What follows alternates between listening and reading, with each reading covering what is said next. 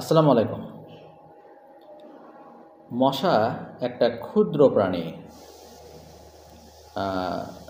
যেটা আমাদের অনেক ক্ষতি করে থাকে।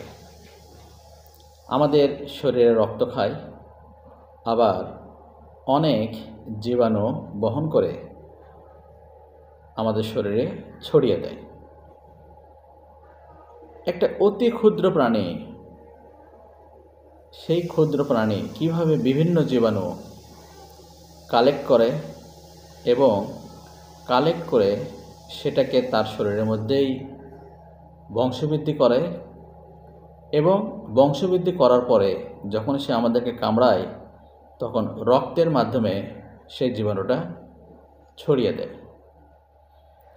গভীরভাবে চিন্তা করে দেখেন তো যে একটা ছোট্ট প্রাণী যেটা আপনার দেহের তুলনায় কত হাজার ভাগের এক ভাগ হবে সেটা মেজার করাও ভেরি ডিফিকাল্ট, কিন্তু এই ছোট্ট প্রাণীটা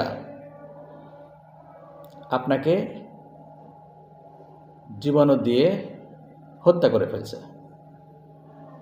তাহলে তার ক্ষমতাটা একবার জাস্ট রিয়েলাইজ করে দেখেন, এবং তাকে যিনি সৃষ্টি করেছেন তার ক্ষমতাটা আরেকবার রিয়েলাইজ করে দেখেন।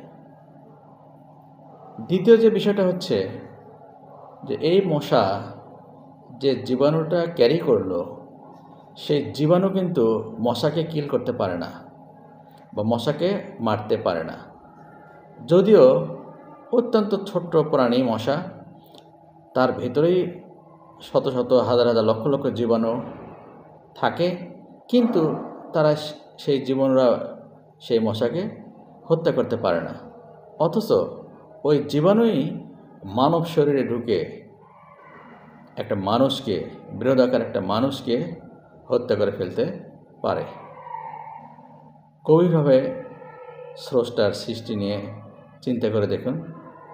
আপনি স্রষ্টার সৃষ্টির বিশালতা নিয়ে চিন্তা করে দেখুন, আপনার চোখ খুলে যাবে, আপনার অন্তর খুলে যাবে, আপনার ব্রেন খুলে যাবে।